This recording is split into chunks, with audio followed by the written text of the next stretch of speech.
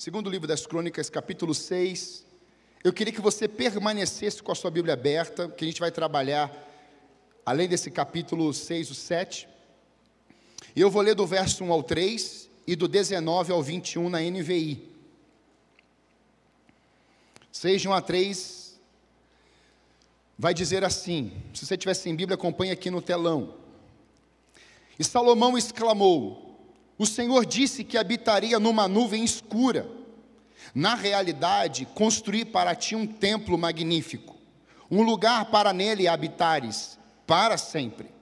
Depois o rei virou-se e abençoou toda a assembleia de Israel, que estava ali em pé. Versos 19 até o 21, vai dizer assim: ainda assim, atende à oração do teu servo e ao seu pedido de misericórdia, ó Senhor meu Deus. Ouve o clamor e a oração que teu servo faz hoje na tua presença. Estejam os teus olhos voltados dia e noite para este templo, lugar do qual disseste que nele porias o teu nome, para que ouças a oração do teu servo, que a oração que o teu servo fizer voltado para este lugar. Ouve as súplicas do teu servo e de Israel, o teu povo, quando orarem voltados para este lugar. Ouve desde os céus, lugar da tua habitação, e quando ouvires, dá-lhes o teu perdão. Põe a mão no seu coração, por favor, feche seus olhos. Repita assim comigo: Espírito Santo, eu preciso, eu necessito que a tua palavra, nessa manhã, mexa comigo, me transforme, de dentro para fora, porque eu quero ser, e eu sou, morada desse Deus, a habitação de Deus, em nome de Jesus, amém. Irmãos, o que a oração de Salomão dentro do templo tem a ver com a igreja atualmente? Essa é a pergunta que Deus me fez nessa semana meditando nesse livro, nesse texto, nesses capítulos aqui, antes e depois do capítulo 6.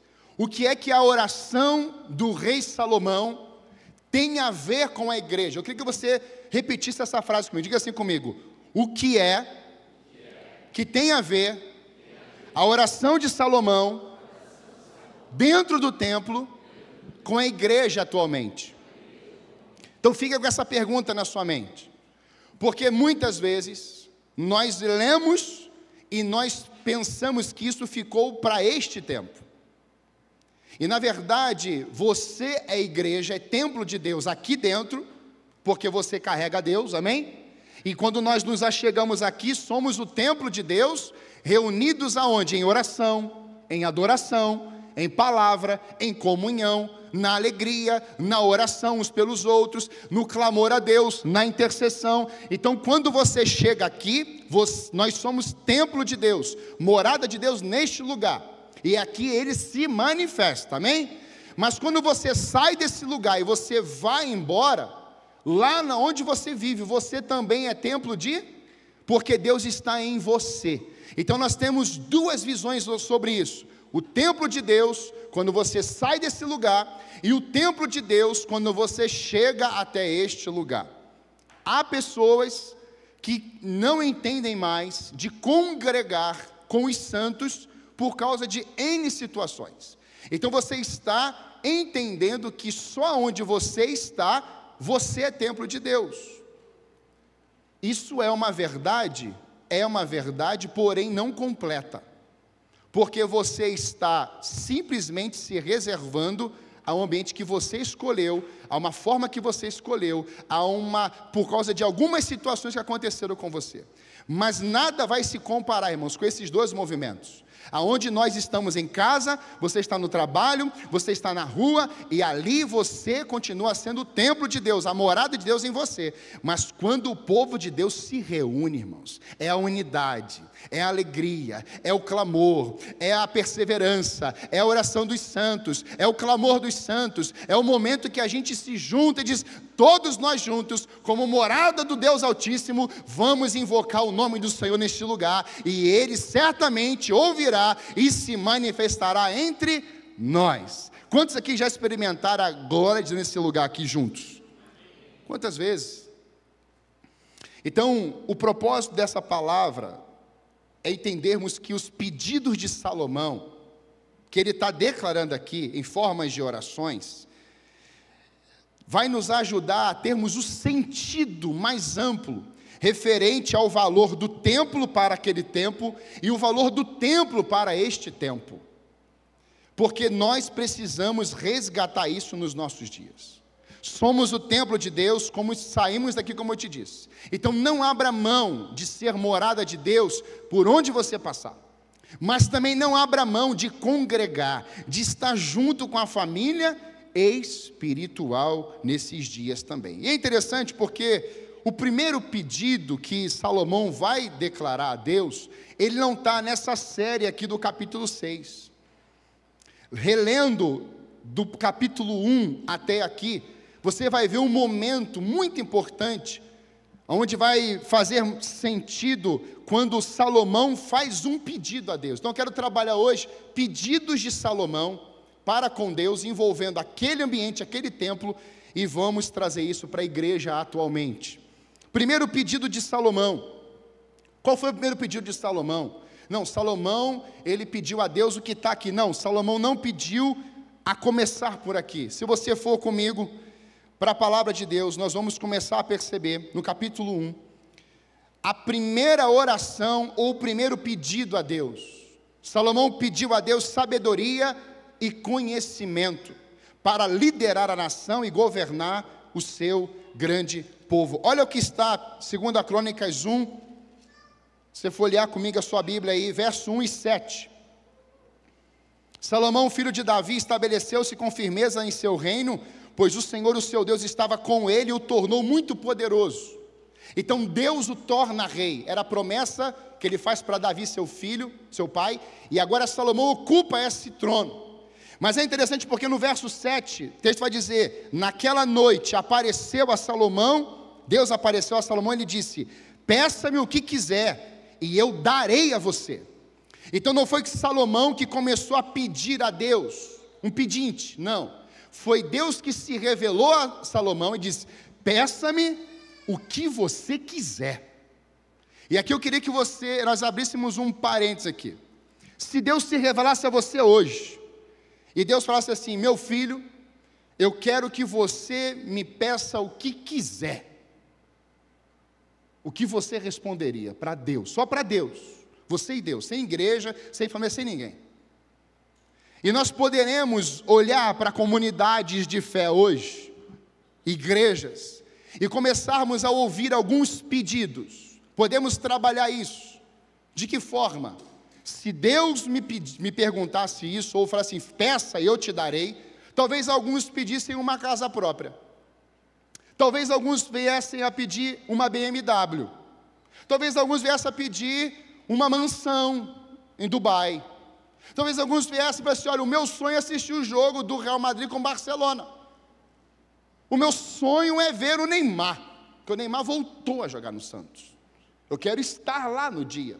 Alguns poderão demonstrar pedidos a Deus. E a minha questão ao ler esse texto e trazer isso para a igreja hoje é, o que é que estava no coração de Deus a ele perguntar, ou dizer, peça-me e eu te darei. O que é que estava lá no coração de Deus? Isso precisa ser uma vertente da igreja nos dias atuais. Não são os meus desejos, mas é o que está no coração de Deus, a partir do momento que Ele diz, peça-me e eu te darei. E isso é tão enriquecedor, porque diante da visão que Salomão tem de Deus, a importância que ele carregava como autoridade rei, ungido rei de Israel, ele sabia, amados, que não seria simples liderar um povo. Ele sabia que não seria simples comandar tropas. Ele sabia que não seria fácil comandar pessoas com cada cabeça uma sentença, cada jeitinho, cada fórmula, cada palavra, cada criação. Alguns nasceram e já foram para o orfanato. Outros nasceram e foram criados pela avó. Outros nasceram e foram criados só pela mãe. Outros nasceram e foram criados só pelo pai. Outros nasceram e os pais já estavam divorciados. Contextos, cabeças, fórmulas totalmente diferentes. Além disso, tem o crescimento dessas pessoas e a formação, muitas vezes, pela dor, pelo trauma, pela rejeição, pelo abuso. Então essas pessoas vão carregando dentro de si e elas vão vivenciando a partir daquilo que elas viveram ou sofreram desde a sua infância, ou às vezes dentro do ventre. Salomão sabia que tinha uma tropa, um povo para ele reinar, e ele seria também aquele que teria que ter respostas, direcionamentos, apontamentos, falas das instruções de Deus, porque foi a condição de Deus. Eu abençoarei esse povo e te abençoarei no trono quando você honrar os meus estatutos, os meus preceitos e os meus mandamentos. Era a condição de Deus. Então nós, como povo de Deus, olhamos para isso e começamos a perceber que a importância que Salomão dá no primeiro pedido, diga assim, primeiro pedido. Você pode participar comigo? Diga assim, primeiro pedido. Por quê? Porque primeiro pedido envolve o que está no coração. Quem aqui começa a oração, não levanta a mão, mas quem começa a oração agradecendo? Eu vou falar semana que vem sobre a oração do Pai Nosso. A gente vai trazer descrever, exposição do texto de Jesus ali na oração do Pai Nosso. A primeira palavra da oração de Jesus ao ensinar para o povo é Pai. Santificado é o teu nome. A oração de Jesus comece entendendo que você é filho e ele é pai, não é você é pai e ele é filho. Tem uma posição diante disso. A primeira coisa é entendermos que nós temos um pai. A pergunta é, se a criança que está lá dentro do ministério de Salomão, do reinado dele, teve crise com o pai, teve crise com a mãe, ou trazendo para os dias atuais, como é que ela faz uma oração que Jesus ensinou dizendo assim, pai? Não faz. Ele fala mãe, ele fala tio, ele fala pastor, ele fala líder, ele fala patrão, mas ele não fala pai. Por quê? Porque a palavra pai, com 3 letrinhas apenas, sacrificou ele, machucou ele, feriu ele, trouxe dores à sua mente, acabou com as suas expectativas muitas vezes. Então ele projeta, o pai terreno foi um desastre, e eu vi, como é que eu vou amar um pai que eu não vejo? E Salomão está governando para todo esse povo. Quem está entendendo isso aqui já nessa manhã? Então ele não pede recursos, ele não pede poder, ele não pede dinheiro, ele não pede posição, porque Deus o tornou poderoso. E então ele viu, meu Deus, se eu governar esse povo, reinar esse povo, eu não preciso de dinheiro, porque eu sei que o dinheiro já existe, eu sei que a prata já existe, eu sei que o ouro já existe, e o Senhor é Deus no céu, o Senhor é Deus na terra, o Senhor é Deus debaixo da terra, a ti é dado toda a honra e toda a glória, e o Senhor tem o poder sobre tudo e todos. Na mente de Salomão devia existir essas afirmações. E como igreja de Deus hoje, temos que ter as mesmas afirmações. Ele é Deus glorioso no céu, honrado 24 horas, durante todos os dias, durante todo o tempo, gritando lá todo o povo, santo, santo, santo, santo, é o Senhor dos exércitos. Então a igreja está na terra como? Durante todo o dia, amém isso? Todo dia, em 24 horas, e tu és santo, tu és poderoso, tu és glorioso. E agora o que o inferno está vendo? Ele lá continua sendo Deus, o inferno está vendo que ele venceu a morte, ele vive eternamente. Ele é o Deus vivo, ele foi o Deus encarnado, mas ele desceu, ele resolveu. Então o inferno sabe que haverá um dia em que não haverá mais choro nem dor. O inferno sabe que um dia Deus pisará na cabeça da Babilônia, na cabeça da serpente, definitivamente, e aquele dia nós seremos levantados em glória e habitaremos numa morada que ele está preparando para cada um de nós. O diabo sabe o fim dele, a questão é, você sabe qual é o seu destino como povo de Deus?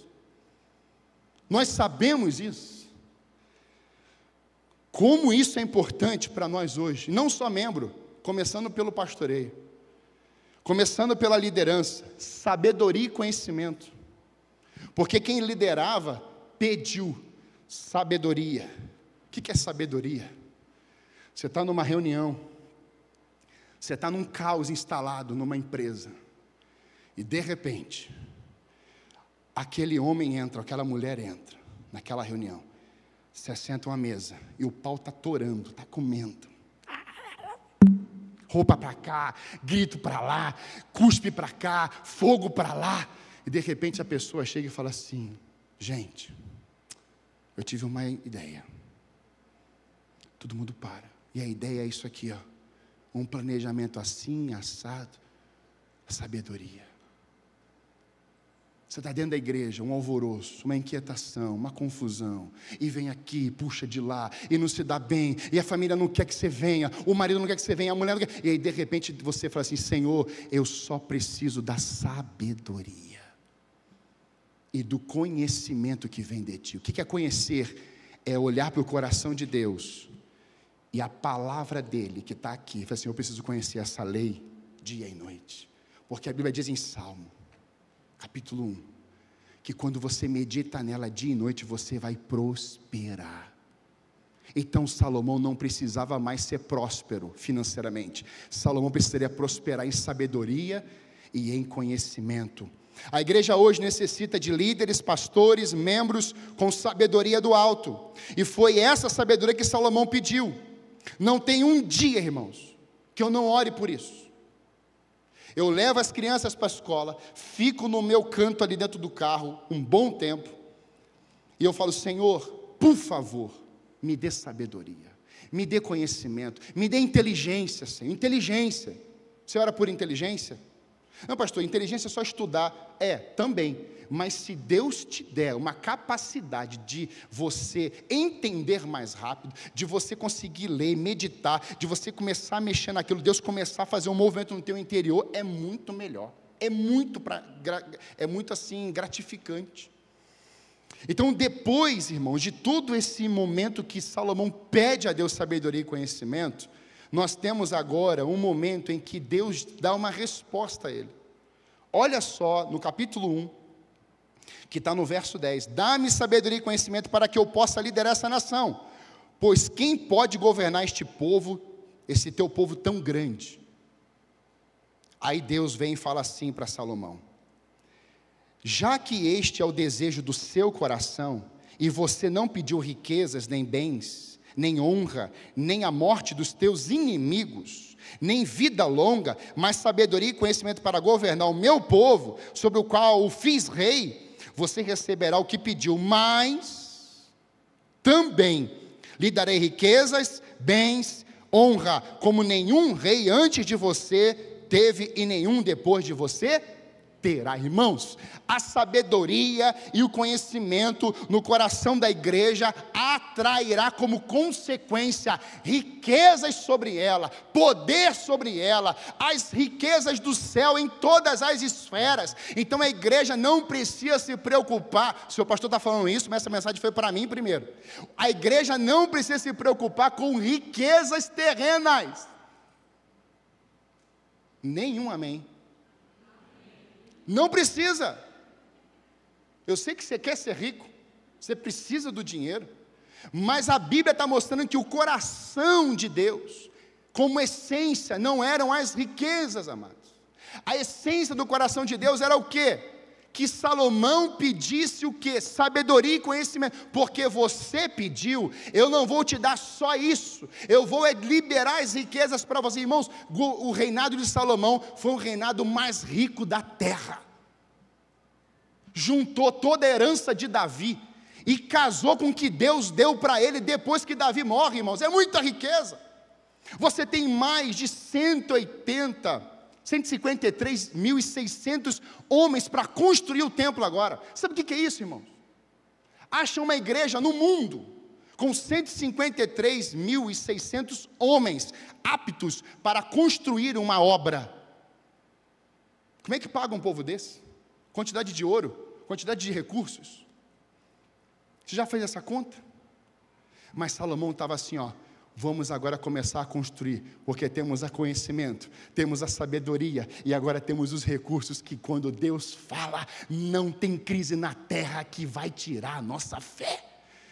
Eu quero declarar em nome de Jesus sobre a nossa igreja nessa manhã: a igreja vai começar a clamar mais por conhecimento e sabedoria do alto, e as riquezas vão chegar em cada vida neste rebanho. Você recebe isso em nome de Jesus? Vamos orar, irmãos, sim, mas vamos orar pedindo a Deus primeiramente com sabedoria do alto. Vamos pedir conhecimento da palavra de Deus. Quando nós meditarmos num texto, Ele vai se revelar, Ele vai se revelar, Ele vai falar, e você vai sair como um jato para falar sobre essa palavra, e Deus lá naquele endereço vai começar a usar aquela pessoa que você pensava que não seria. Não, eu fui abençoado por você me deu uma palavra, agora eu quero dizer para você o que você precisa, onde você precisa, aleluia. Deus vai usar a igreja nesses lugares, porque nós temos sonhos, temos projetos futuros. Preparação, construção, utensílios, arca trazida para o templo, tudo no capítulo 2, 3, 4 e 5. E aí quando fecha essa sessão, que agora Salomão está construindo o templo, e o templo agora está dando forma, é o templo mais glorioso, por isso que ele foi também construído nos dias atuais. Tem lugares no Brasil e fora, que o templo de Salomão foi construído com as mesmas medidas, ouro, praticamente, não é igual, mas a ideia era ser igual. E aí qual é a questão? Não quero aqui falar mal de ninguém, não quero falar, a questão são os olhos. Os olhos de muitos estão voltados para estruturas. Então ele olha para o templo de Salomão e fala assim, ali está a minha resposta. Ele olha para o glamour do templo de Salomão, construído nos dias atuais, e ele é envolvido naquele ambiente, porque ninguém consegue ficar olhando para um lugar muito chique para quem está falando direito. Você fala, olha isso, olha aquilo outro, olha isso, olha aquilo ali, olha isso, meu Deus, olha isso aqui é ouro. Então as pessoas têm a tendência a olharem para as coisas que chamam a atenção.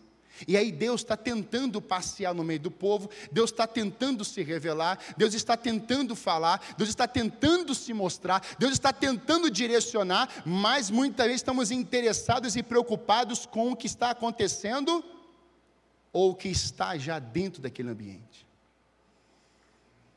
Salomão, mesmo conhecendo que Deus não caberia no templo, pois Ele é Deus, construiu para Deus um templo, porque Salomão faz uma pergunta para Deus aqui no capítulo 6, Deus, como é que o Senhor vai caber no templo? O Senhor não cabe no templo, mas mesmo assim, eu construirei, porque o Senhor disse que iria habitar nas nuvens escuras.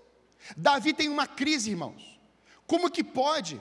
Eu estou no palácio, e o meu Deus não tem um lugar para Ele habitar. Isso envolve não simplesmente Deus estar ali, fisicamente, e dizendo assim, olha, eu tenho que ficar aqui, e o restante tudo agora, tá? Não, era uma questão da honra do coração de Davi e de Salomão, para que Deus fosse ali, se manifestando no meio do povo. Então quando nós olhamos isso tudo, quando nós preparamos a estrutura, quando nós arrumamos, quando você sente um aroma bom aqui dentro, quando você vê tudo limpinho, quando você vê a estrutura lá do Kids, você vê tudo que com muito amor, com muita honra, porque não tem a ver simplesmente com as pessoas, tem a ver com uma obra que é de Deus. Aonde tem um filho de Deus, ali tem alguém que é morada do templo, santuário de Deus, fazendo a obra de Deus. Deveria ser sempre assim. Está recebendo alguém? Sou morada de Deus. Como é que eu recebo? Eu estou adorando aqui nesse altar? Eu sou morada de Deus. Como é que eu adoro? Eu estou servindo no Kids? Eu estou no trânsito? Eu estou fazendo alguma coisa para Deus? Eu sou morada do Deus Altíssimo. E porque eu sou morada do Deus Altíssimo, eu começo a entender que dentro desse ambiente, juntamente com os meus irmãos, amigos e visitantes, Deus está no nosso meio. A igreja de Cristo necessita retornar a esse lugar de construção em um nível de excelência, profundidade e plena consagração. Irmãos, a igreja hoje, ela precisa retornar a esse nível. A mente de Salomão é excelência, é o melhor. Para quem, irmãos? Diga, para Deus. É para Deus. Não tinha a ver com o povo, é para Deus. Então, se nós começarmos a melhorar esse ambiente, ou, deixa eu te fazer uma pergunta aqui, que veio no meu coração agora. Ou se Deus, um determinado momento, fala assim, pastor João Brito, eu tenho aí um ambiente novo, eu tenho aí uma direção nova para a igreja, um lugar muito grande, Está sonhando? Você está visualizando? E aí Deus fala e mostra para nós um lugar desse enorme. A gente não sairia nunca mais dali, entre aspas. Não sairíamos só se fosse para o céu.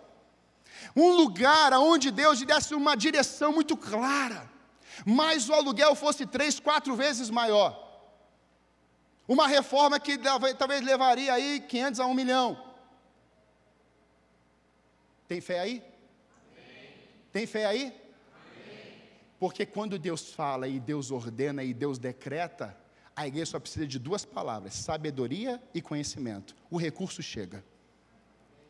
E eu creio nisso. Eu tenho pedido a Deus isso. E para a tua informação, eu vi um lugar, um determinado momento. Eu vi um lugar. Tem amém aí? Amém. Pastor, o que a gente faz? Irmãos, eu estava orando por um lugar por 5.000 metros quadrados. O lugar apareceu. Só que eu não estou agindo. Eu só estou como Salomão. Senhor, está aqui. Está aqui. Eu não posso fazer na força do braço, eu não vou envolver a igreja, se o Senhor não mexer na nuvem, se o Senhor não der uma direção, se o Senhor não der um sinal. Então talvez tenhamos aqui alguém aqui hoje, ou no ao vivo, dizendo exatamente isso: Senhor, se eu estiver assistindo esse culto hoje, e o pastor João falar sobre isso aqui, eu tenho um valor para investir, meu irmão, me procura hoje. Porque eu te levo lá hoje, e eu te mostro o projeto hoje. Eu tenho um arquiteto, eu tenho uma planta, eu tenho um ambiente, eu tenho tudo isso porque está queimando aqui. Então, se Deus falar com você, prepare-se. É um ambiente, é um lugar, é um momento que Deus terá para nós. Porque Deus está sinalizando aí, está sinalizando aqui, e vai sinalizar em unidade. E assim, irmãos, o que vai começar a acontecer? Mais pessoas poderão participar desse local que chamamos de templo, porque estamos aqui. Mais pessoas serão visitadas, mais crianças. Eu já contei aqui quase 50 hoje. Deve estar uma loucura lá em cima com os tios, professores. Então o pastor, ele entende de Deus, mas a igreja também entende. Por quê? Porque ela ora, e nós estamos nessa série para orarmos: Senhor, nos dê sabedoria, nos dê unção, nos dê conhecimento, nos dê um momento, Senhor, porque se o Senhor der a ordem, esse mar vai ter que se abrir. Se o Senhor der a ordem, o Golias vai cair. Se o Senhor der a ordem, os leões vão ter que fechar a boca. O Senhor vai nos dar uma direção, e quando o Senhor fala, a gente só coloca o pé na água, e o mar tem que se abrir, e a gente atravessa, e a gente vai para o lugar abençoado, porque o Senhor já nos abençoou naquele lugar também. Quantos creem nisso? Então faz o que eu não posso fazer. Vamos fazer aquilo que Deus deixou a gente fazer. Vamos trabalhar naquilo que Deus disse: façam isso, porque eu cuido daquilo. A segunda oração, a petição de Salomão, entra nesse pacote aqui que a gente leu. Salomão clamou a Deus para que o templo fosse a sua casa de oração, um lugar de habitação e da manifestação do Deus vivo. O que é que foi que Salomão clamou depois de pedir sabedoria e conhecimento? Que essa casa seja a casa de oração. Essa casa aqui não pode ser a casa da baderna. Essa casa aqui não pode ser a casa do adultério. Essa casa aqui não pode ser a casa da fornicação. Essa casa aqui não pode ser a casa da imoralidade. Essa casa não pode ser a casa da perversão. Essa casa não pode ser a casa da divisão. Essa casa tem que ser a casa de oração. Enfeitamos tudo, mas desprezamos a oração. Falamos de tudo, mas não conseguimos nos prostrar e orarmos a Deus.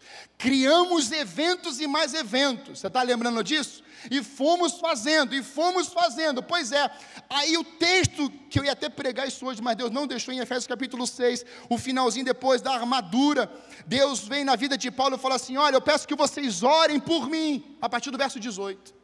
Que vocês orem por mim para que eu saiba como falar. O que Paulo está repetindo, irmão? Sem ele, talvez nem pensar nisso. Mas então assim, olha, me dê as palavras certas. Eu quero que a igreja ore pelo apóstolo, por mim.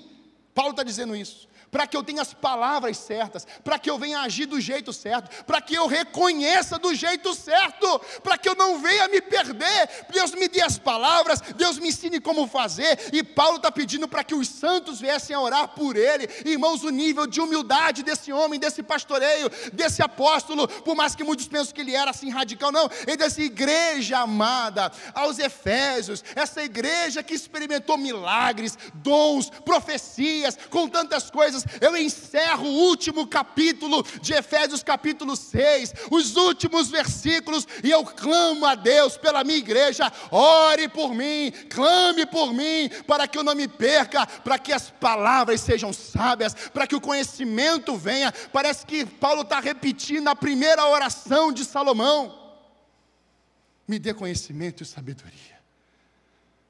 O apóstolo Paulo faz isso porque a igreja de Éfeso, em Apocalipse, capítulo 1 e 2, você vai ver Deus, na pessoa de Cristo, pregando para as 7 igrejas da Ásia. E a igreja de Éfeso é a igreja que foi elogiada, porque fazia com a melhor intenção, porque operava nos dons, porque trabalhava, porque era uma igreja viva, é uma igreja empoderada, é uma igreja que fluía nos dons, é uma igreja que viu os mistérios de Deus. Mas ele vai assim: mas tenho contra ti uma coisa: você abandonou o primeiro amor. Meu Deus! Então não é muito pelo fazer, é o quanto nos entregamos ao Deus que mandou a gente fazer. Não é o muito que você está pensando: ah, agora eu vou agir, eu vou fazer. Não é isso, amada igreja, a igreja que Deus me deu para pastorear. É a visão que Deus tem para nós hoje. Não é isso, a visão é: peça-me sabedoria, peça-me isso, e ore. E Paulo está mostrando isso para uma igreja que perdeu o primeiro amor. Então Jesus vem e fala assim: olha, porque vocês primeiro perdeu o primeiro amor, o que entrou no lugar do primeiro amor? Idolatria. A igreja de Éfeso buscou idolatria. Idolatria é colocar algo ou alguém no lugar de Jesus. Então Jesus está falando assim: olha, tem que se arrepender, tem que matar essa idolatria, tem que exterminar essa idolatria. Por quê? Porque se não viver isso, nós começaremos a construir, ao invés da casa de oração, o mover de oração, a busca de oração, começaremos a construir nossos palácios, só que são palácios em chão de areia, e cai tudo. Então ele diz: construa esse lugar como casa de oração. Olha o versos 18 a 21, do capítulo 6, olha essa riqueza do capítulo 6, do verso 18 em diante. Se você tiver com a sua caneta aí, ó, marca aí: mas será possível que Deus habite na terra com os homens? Os céus mesmo, os mais altos céus, não podem conter-te. Olha o que Salomão está falando. Muito menos este templo que construiu, ou seja, não tem como o Senhor caber aqui dentro. Ainda assim, atende a oração do teu servo e ao seu pedido de misericórdia, ó Senhor meu Deus. E a oração do teu servo faz hoje na tua presença.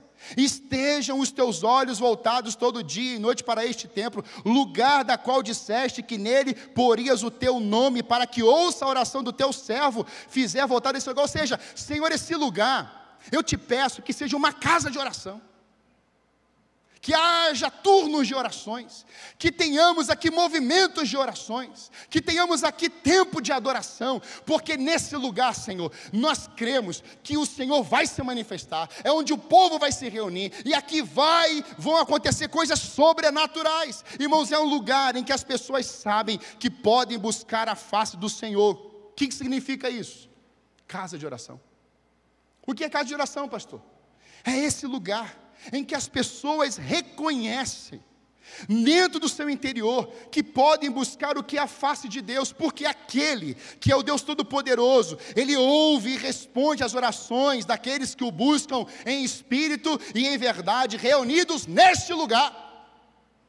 Você adora e busca o seu Deus aonde você quiser, seja o lugar que for, mas quando nós nos reunimos, Deus está dizendo assim: olha, há um povo que separou uma manhã, porque Cristo ressuscitou no domingo, há um povo que se separou no culto da noite, ou em um momento do dia, seja com a família num parque, seja com a família em uma casa, aonde esse povo parou, e esse povo que me adora em espírito e em verdade, agora esse povo está clamando a mim.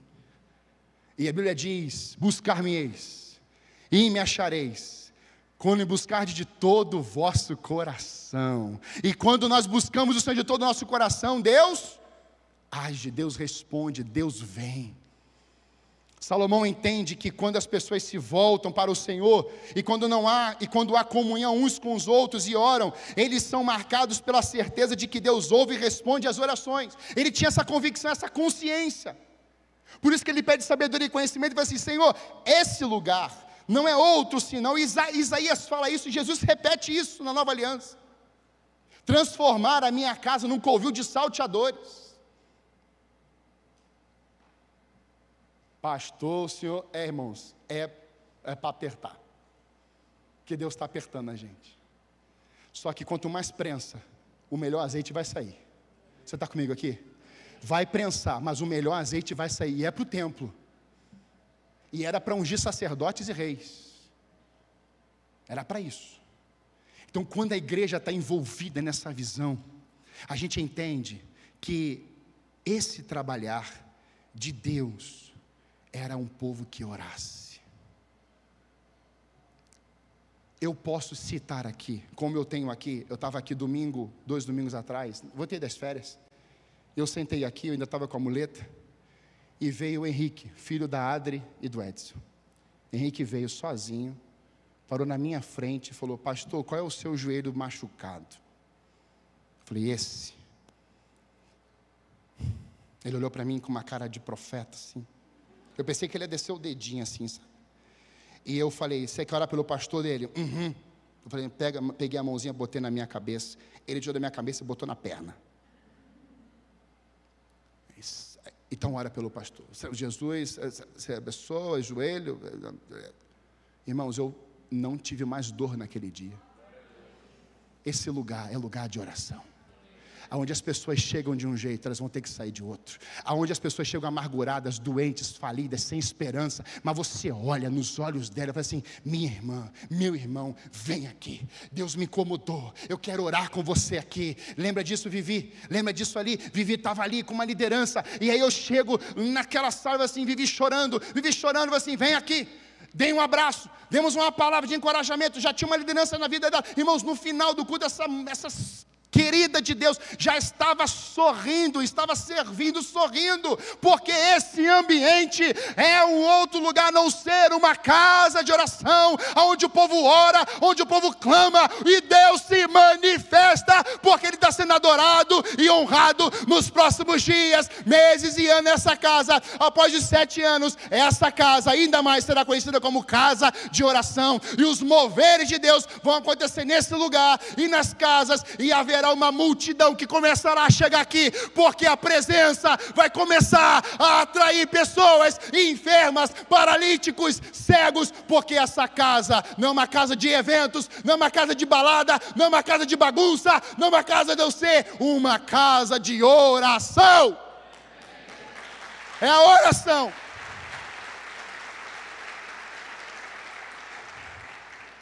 Salomão entendia que Deus é um pai.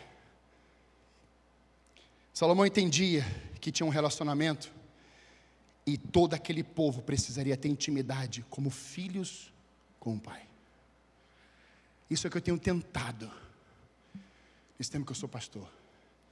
É que os filhos, que somos nós, tenhamos a consciência de que temos um pai. E aí, irmãos, o filho não fica: papai me dá. Não, é papai. Aba, pai. Eu te amo, porque o Senhor me escolheu primeiro. Ah, pai, você pode fechar seus olhos. Se você tiver liberdade, ergue as suas mãos assim e comece a agradecer ao pai. Obrigado, pai, por eu estar aqui. Obrigado pela minha família estar reunida. Olha, minha esposa, meus filhos. Oh, pai, obrigado pela salvação que eu tenho em Ti. Obrigado porque eu posso cantar. Obrigado porque eu posso falar. Obrigado pela liberdade do Espírito. Obrigado, Senhor, por esse ambiente. Eu já estou aqui experimentando o Teu fogo, o Teu agir. Obrigado, Senhor, porque um dia eu cheguei aqui e o irmão orou por mim, a dor foi embora. Obrigado porque quando eu estava naquele altar, naquele final de culto, sem esperança, veio alguém, colocou a mão nos meus ombros e orou por mim. Obrigado, porque esse lugar é o lugar da habitação do Senhor, aleluia. O templo, irmãos, representava o Senhor naquele contexto também. Segundo a Crônica 6:21, Salomão está dizendo assim: ouve as súplicas do teu servo, o teu povo, quando estiverem voltados a esse lugar. O Senhor estava ali. Então o templo representava o Senhor naquele contexto. Daniel, que está ali dentro do seu ambiente de oração, abre a janela, e ele está olhando para o templo, e está clamando em direção ao templo, porque não era o templo, era o Deus que se manifestava no templo. Aquela arca da aliança, Deus era invocado, uma reunião solene dos santos, a assembleia tinha um propósito de oferecer adoração a Deus. Irmãos, a minha oração é que o nosso bairro saiba que há um Deus nesse lugar. A minha oração, irmãos, é que a comunidade em Santa Felicidade, os bairros aqui em volta, eles saibam que Deus visita esse lugar, que Deus se manifesta nesse lugar, que é um lugar de adoração. Pessoas entrando aqui, irmãos, eu já tive essas experiências. Pastor, eu vim aqui só para o senhor orar por mim. Eu falei assim: olha, eu vou orar por você, mas você vai assistir, você vai cultuar conosco. Hoje veio uma irmã que a gente já conhece, e eu estava ali na transição, e ela veio: pastor, eu estou com a foto do meu filho, e ela ora por esse filho há anos. E eu falei: nós vamos orar pelo seu filho, mas a senhora vai cultuar com a gente hoje, porque Deus vai se manifestar na sua vida, a senhora vai ter uma visitação de Deus, e ela está aqui. Então nós ensinamos, nós falamos, pessoas que receberam resposta de Deus. Nós precisamos, irmãos, ensinar as pessoas a orarem também. Nós não sabemos orar como convém, mas Deus nos traz um modelo de oração em Mateus, capítulo 6.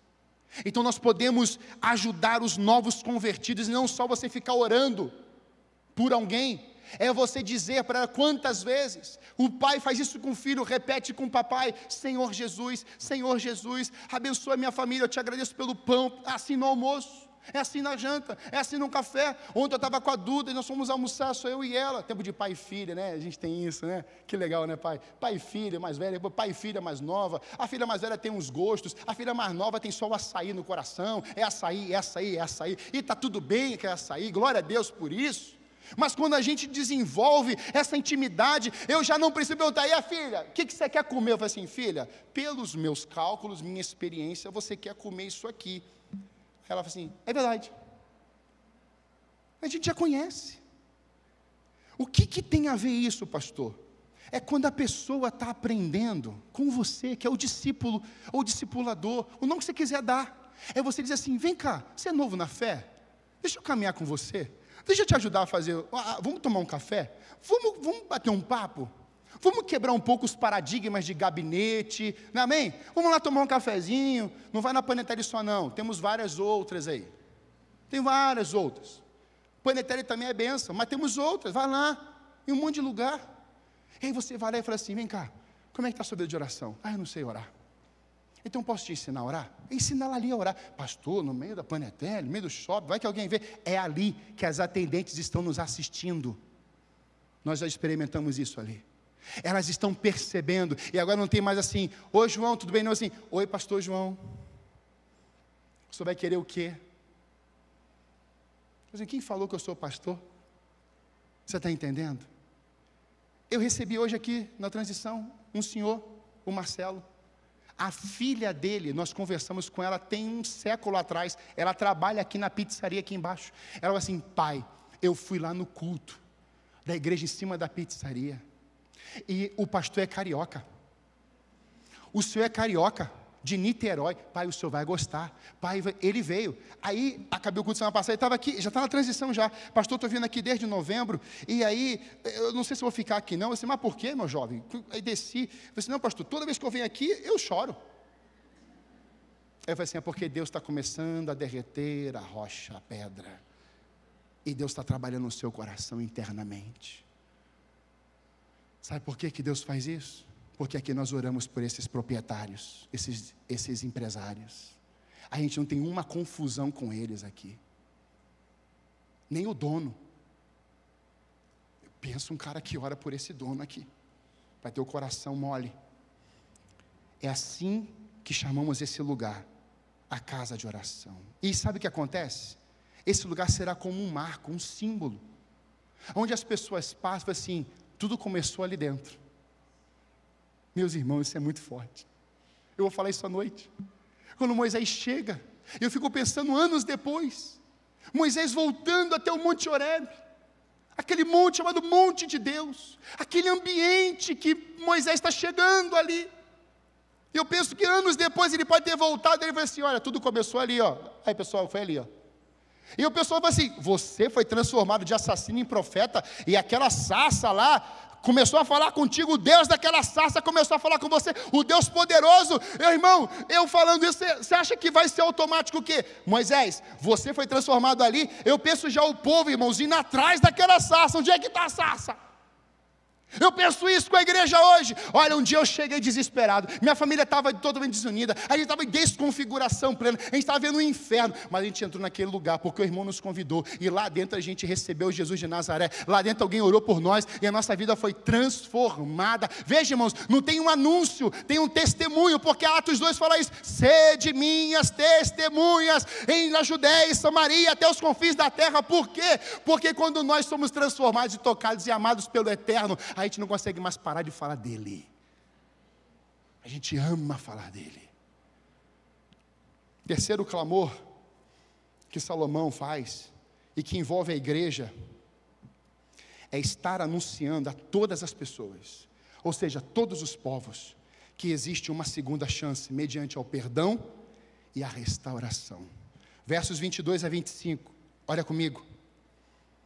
Quando o homem pecar contra seu próximo e tiver que fazer um juramento, e vier jurar diante do teu altar neste templo, ouve dos céus e age, julga os teus servos, retribui ao culpado, fazendo recair sobre a própria cabeça o resultado da sua conduta, e declara sem culpa o inocente, dando-lhe o que a sua inocência merece. Quando Israel, teu povo, for derrotado por um inimigo, por ter pecado contra ti, e voltar-se para ti, e invocar o teu nome, orando e suplicando a ti neste templo, ouve dos céus.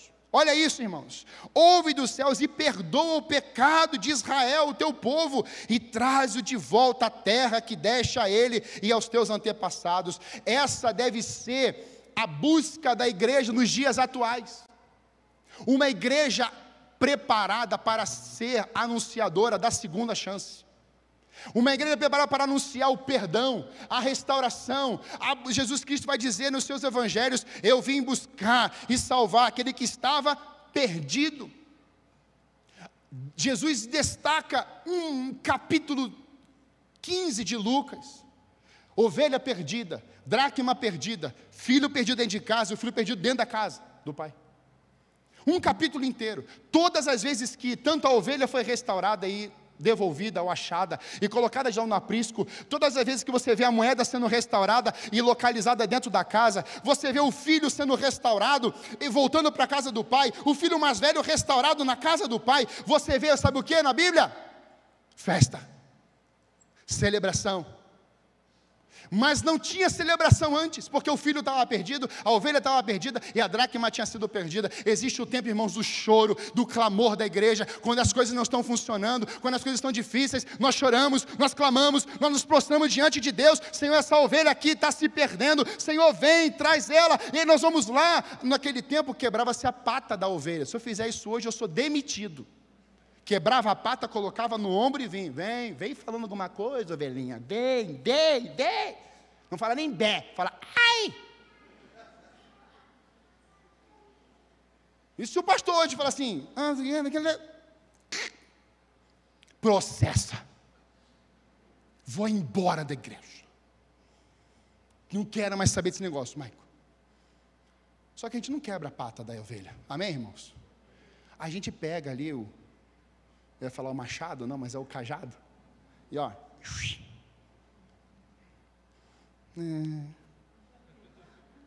Tira. Entendeu? Ouve, fala, trabalha, vem, vai, vamos. Mas tem um filho. E o filho vai embora. O pai foi atrás? Não. Porque o filho sabe que aquela casa é casa de oração. Se você é mãe e pai que está aqui, teu filho foi embora, Continue orando. Tem mães aqui experimentando isso. Teu filho foi embora da casa do pai. Teu filho foi embora de casa, viver a vida dele. Mãe, clama. O teu filho sabe que aquela casa é casa de oração. E vai ter um momento que ele vai se arrepender lá comendo as comidas dos porcos. Ele vai dizer: pai, pai, pequei contra ti. Já não sou mais digno de ser chamado teu filho. Era o que ele estava projetando falar para o pai dele. Já não sou mais digno. E quando aquele filho vem, todo sujo, essa é a visão da igreja. Para a igreja, um filho sujo, fedendo, a comida de porcos, aquele odor entranhado no seu espírito, na sua alma, talvez cheia de demônios, talvez cheia de dores, de falência. Quando ele pinga na porta daquela casa, o pai já está lá. Hoje o pastor Rubem e o Alex estavam lá na porta, o pessoal da integração estava lá, e talvez alguém tenha chegado, não literalmente desse jeito, mas chegou com o interior desse jeito, recebeu um abraço, recebeu um beijo, e dizer: vem para casa, para o templo, vem para esse lugar de oração, porque aqui tem alimento, aqui tem água, aqui tem perdão, e aqui tem restauração. Aleluia. É isso, irmãos, que a igreja tem que voltar a essa essência e buscarmos essa visão do perdão e da restauração. O diabo, as trevas podem aprisionar, possuir e desconfigurar sua identidade, fazê-lo habitar em um lugar de morte e arruinar o projeto de família. Mas aonde Deus está, aonde o povo de Deus chega, e eu meditando, eu me empolgo, porque a igreja tem que aprender com Jesus quando ele restaura o gadareno. O que o mundo oferece para o gadareno? Um lugar geográfico para morar, cemitério. O que o mundo oferece para o gadareno? Correntes, prende aí para não dar trabalho. O que o sistema oferece para o gadareno? Ninguém chega perto, porque ele está cheio de demônios. E o que Jesus ensina para a igreja? Jesus chega e fala assim, ó: pisa no cemitério. Está entendendo, igreja? Pisa no cemitério, saqueia o inferno. É isso que Jesus chamou a gente. Saqueia lá. Porque eu já disse antes, Jesus não chamou a gente para o céu. Jesus chamou a gente para a gente ir para o inferno, tirar as pessoas de lá e juntos irmos para um lugar celestial. Jesus ensinou isso. Vai lá no inferno. Qual é o nome do inferno? O cemitério. Em menos de 2 semanas o pastor fez 4 velórios. E nesses 4 velórios eu vi a glória de Deus se manifestando nesses lugares. Mas, irmão, você tem que ter estômago para algumas coisas. Eu estava indo fazer a fisioterapia, e meu telefone toca na porta, saindo de carro assim, o telefone toca, parei, era a Fabi, esposa do Alex, o Japinha que a gente batizou aqui, que se converteu no gabinete, que que foi para a casa do oleiro, que Deus fez uma visitação na vida dele. E ela falou assim: pastor, a gente mora na minha rua, o senhor tem como dar uma passada aqui? A fisioterapia foi para o espaço. Eu já entrei na casa, já estava o pai dele me esperando, já estava o pessoal do SAMU, a mamãe já estava morta, e eu abracei a família e começamos a chorar ali. Fiquei ali um tempo, fui embora. Pastor, a nossa família quer que o senhor faça o velório amanhã. A família toda dos parentes do Alex tem uma outra religião. Chegamos lá no cemitério vertical, uma multidão, e pregamos João capítulo 14. Não se turbe o vosso coração. Credes em Deus, credes também em mim. Na casa do meu pai há muitas moradas. Se não fosse assim, eu vos teria dito: vou preparar-vos um lugar. E depois as mensagens começaram a correr no celular da família. A igreja foi chamada para abraçar, restaurar e ser uma agente de cura onde ela estiver. Quem recebe isso aqui? Essa foi a oração dele. Mas fechando, quero chamar a banda. Em último lugar, esse templo, ele foi também trazido como um lugar de acolhimento ao estrangeiro. Eu não vou poder falar. Esse lugar foi orado por Salomão para que fosse um lugar em que, na luta contra os inimigos, Deus defendesse a causa do povo. Mas, irmãos,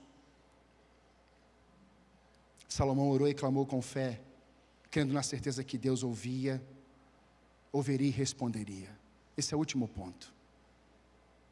O último ponto é, Salomão ora por cada parte, sabedoria, conhecimento, e vai. Dentro da casa de Deus, tem resposta de Deus. Coloca para mim, 2 Crônicas 7. Pastor, a gente ora, a gente clama, Salomão orou, Salomão clamou, e agora?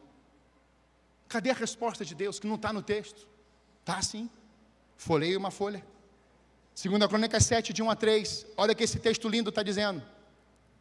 Assim, você pode ler essa frase comigo com força, vamos lá? Assim que Salomão acabou de...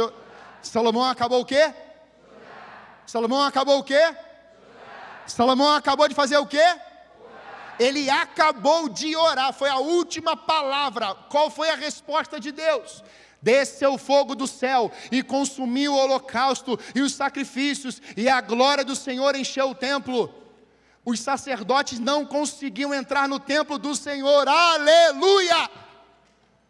Não tem visão para sacerdote quando a glória desce. Não tem visão do pastor quando a glória desce. Não tem visão dos membros quando a glória desce. Não tem visão de quem fez milagre A, B ou C quando a glória desce. E a glória está sendo convidada a descer mais uma vez nessa manhã. Porque a glória do Senhor o enchia. Quando a igreja está vazia da glória, ela está cheia de gente e está cheia dos desejos e anseios dos seus corações. Mas quando a glória de Deus enche o templo, ninguém consegue ficar de pé diante da glória de Deus. Isso pode ser espiritualmente, pode ser fisicamente, pode ser de qualquer jeito. Mas Deus, quando enche a casa, o povo entendeu a renúncia. O povo entendeu que a casa de oração é tempo de se prostrar diante de Deus. Irmãos, eu já posso ver isso aqui acontecendo mais nos nossos cultos. Acontece, mas eu quero mais. Eu quero um povo, irmãos. Eu peço a Deus, Senhor, eu quero uma igreja. Um povo que quando chega a ouvir esses testemunhos aqui, eu não tenho tempo. Mas irmãos, isso é tão importante. A Luciana Medeiros, uma filhinha com nível máximo de autismo, ficou 51 dias na UTI. Eu visitei ela 3 vezes na UTI. Como é que você adora que o médico diz assim, ela morreu? A Luciana fala assim, ela não morreu. Ela morreu, ela não morreu. E a Luciana se joga no meio da UTI do Pequeno Príncipe e começa a adorar a Deus. Deus! Eu estou tentando interpretar ela. E ela começa a dizer, Deus, ouve o meu clamor. Quando ela acaba de orar, a máquina volta a funcionar. Você está aqui comigo? Acabou de orar, mas irmãos, foram 51 dias que esses intercessores oraram, que a igreja orou, que muitas igrejas oraram. Por favor, coloca a foto da Ana Carolina. Eu não vou nem ler o texto. Ana Carolina já está no Kids. Você pode aplaudir Jesus?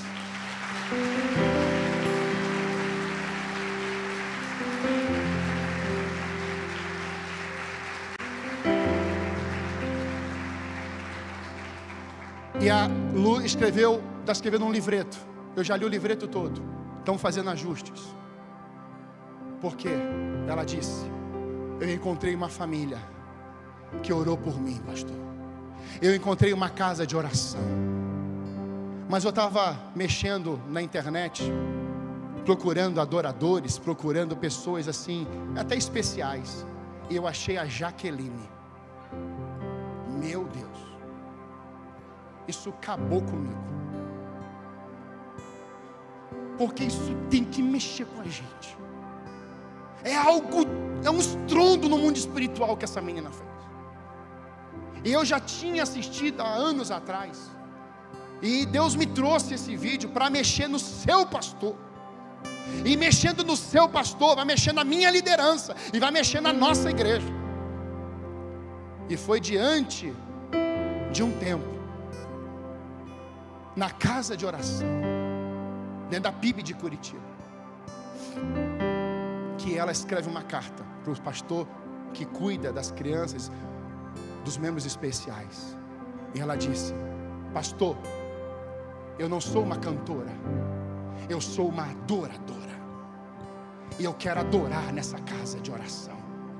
E ele fala: você vai. Ele acaba de pregar, pega o microfone e entrega na mão dela.